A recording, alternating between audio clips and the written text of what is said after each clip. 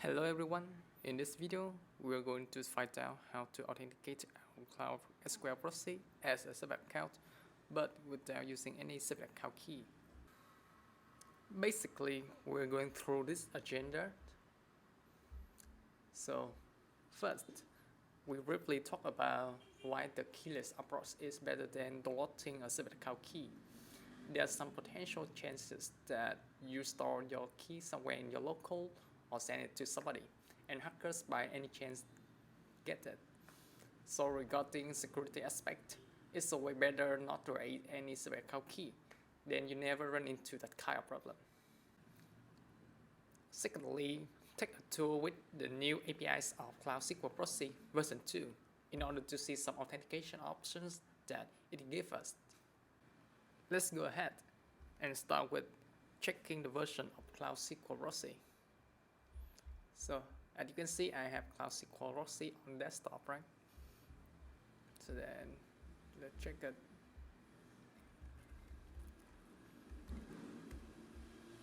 And this said that the version now is 2.6, right?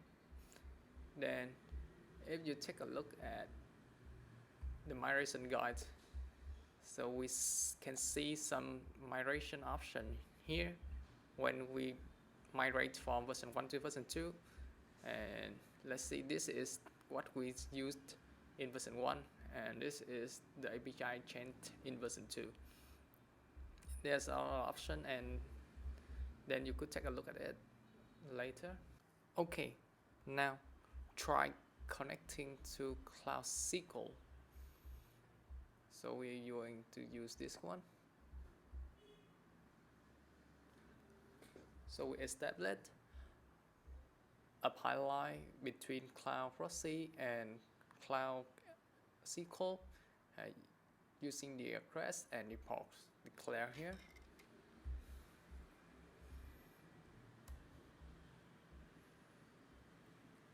So as you can see, now we're authorizing using the application default credential by default. And because I revoked the application default credentials, so that's why we got this exception. So we can come with the conclusion that not as version 1 use the login information cloud from Cloud CLI to authenticate itself to Google Cloud, the version 2 is authorizing with application default credentials by default.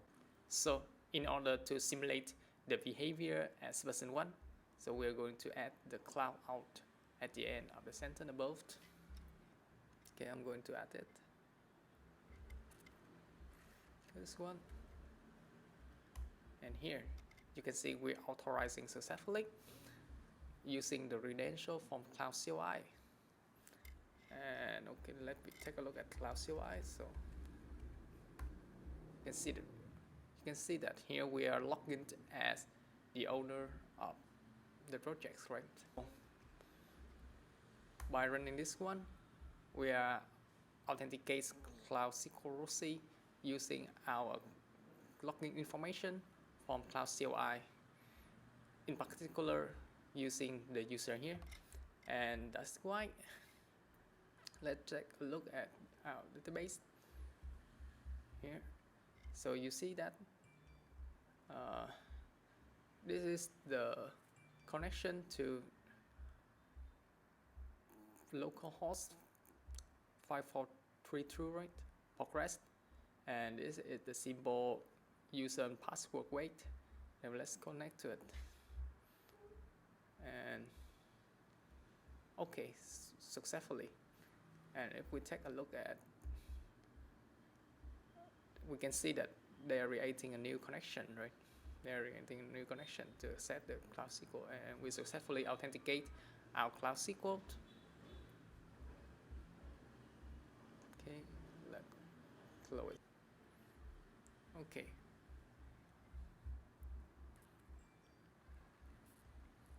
This time, let's find out any option that we have here. And then we could see that this flag is a legacy feature, and generally not be used. Instead, prefer authentication default credential. So it means Google is encouraging us to use application default credential instead. And for me, I saw which is good because the authentication strategies is the same for both Cloud SQL Proxy and application as well. So for example, it's your Spring Boot apps, right? In Spring Boot apps, we only have one option to authenticate the Spring Boot app to Google is using application credential default credentials. So now we have the same strategy as Cloud SQL Proxy. Let's go to the last part of this video, IAM authentication. So we'll keep going from the 7th video, right? So to enable IAM authentication, I'm going to add this block at the end of this comment. Then okay, here.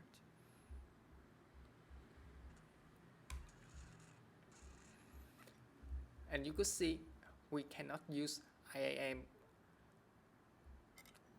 authentication with the Cloud Auth. So IAM authentications no longer support login from Cloud CLI, right? Then we have to remove the Cloud Auth from the command. Then run again. Here. So we can see now we are using the IAM authentication and with authorization using application default credential. Okay, let's turn it on. Login, credential login.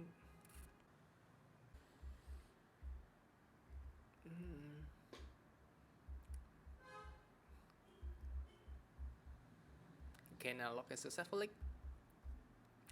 Let's run the command again. So this time it login successfully. Then we can create a connection to CloudSQL, right?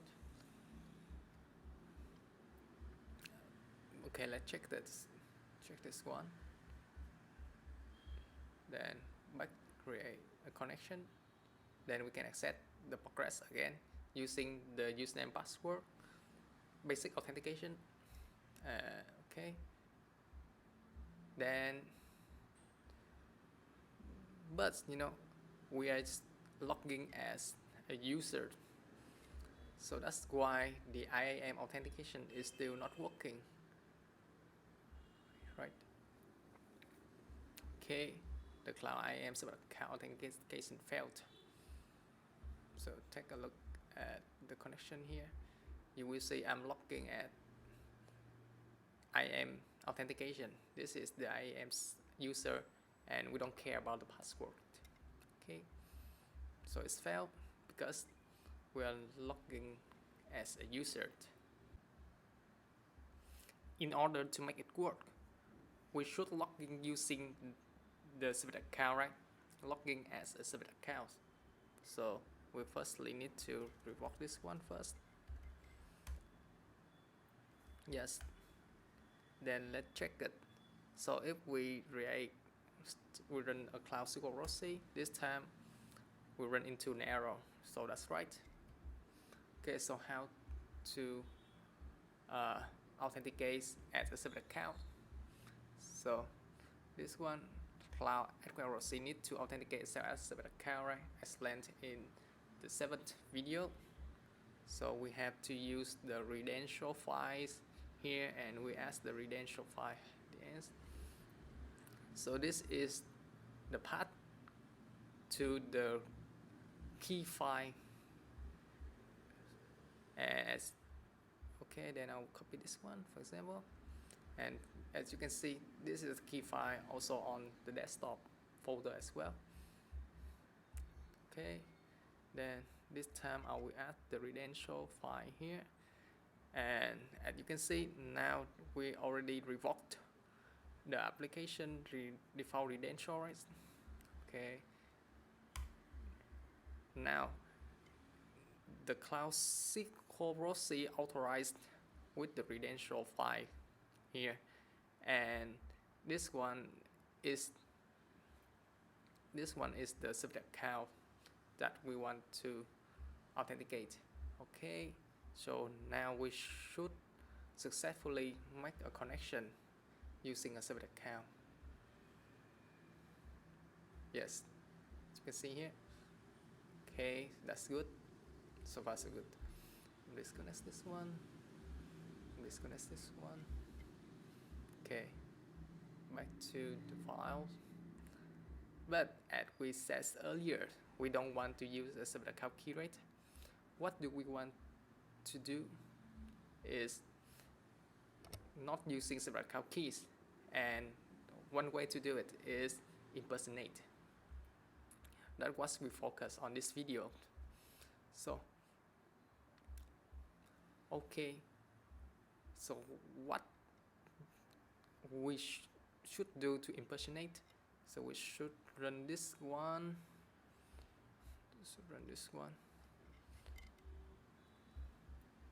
Okay, let's close it. This time we don't use the server account keys anymore. Then we want to, here we run this instance, and we want to get the server account of, we want to get the access token of this server account, right? So this is mean that, so we are logging as a username, and we want to get the access token, but this access token is on behalf of the server account here. Okay, it said that failed to impersonate, failed to impersonate because you don't have a wrapper role. So in order to have a wrapper role, we should add this role to our user. And if take a look at gcloud, our list. So we are the user here, and we are trying to impersonate the server account. So this one we need this role. Okay.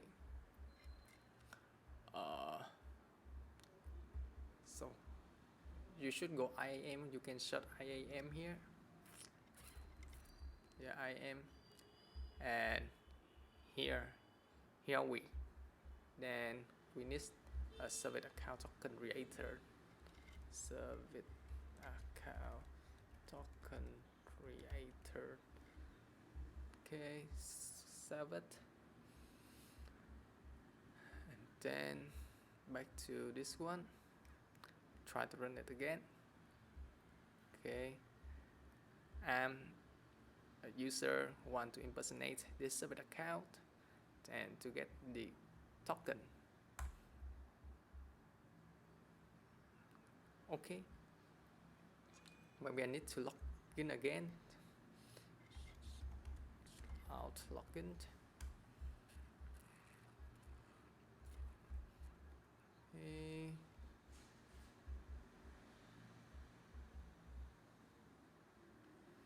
Okay, sure, this time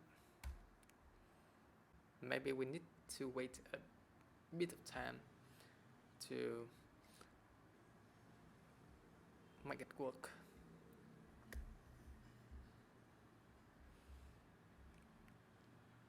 Okay, that's good. Okay, so now we have the token, right? This is our token. And so in order to create a connection between Cloud SQL and Cloud SQL Proxy using the token, we have to use this one. Okay, so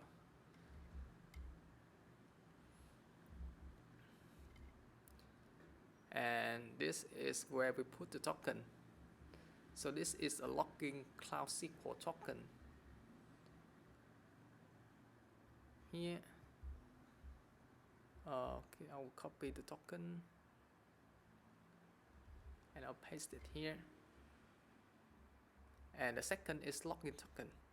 login token is the login database token. So for example, we put it 8, some arbitrary string, right, and entered. So we successfully authorizing with auth2 token using the token flag here. But if we try to connect to this one, so the fail, we get a fail error, right? Then that's why we need the login token. Is the token of the subject account that we use to log in here as well. So for example, we use this subject account to log in, then this token should be the same. This token should be the token of the subject account that we use in username, and it also is this one. Okay. So we are logging to we authenticate the Cloud SQL Proxy using this subject account, and we are also logging to the database using the same subject account. So that's why we use the same token for two placeholders. Okay, then the Proxy has started successfully, and now we should successfully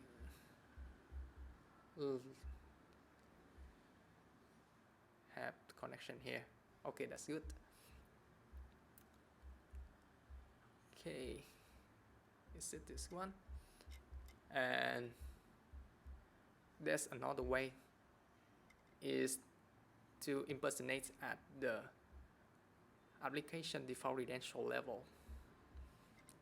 So you know that we can use the G-Cloud application default plugin to enable the application default credential, right? And we can also use that with the impersonate flag to impersonate a subject account.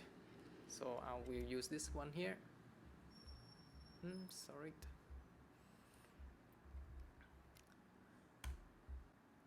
So we enable application default credentials and impersonate this subject account.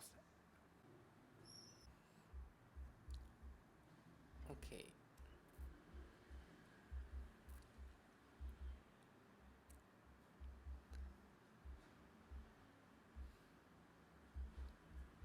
Okay, so now if we take a look at the JSON file here,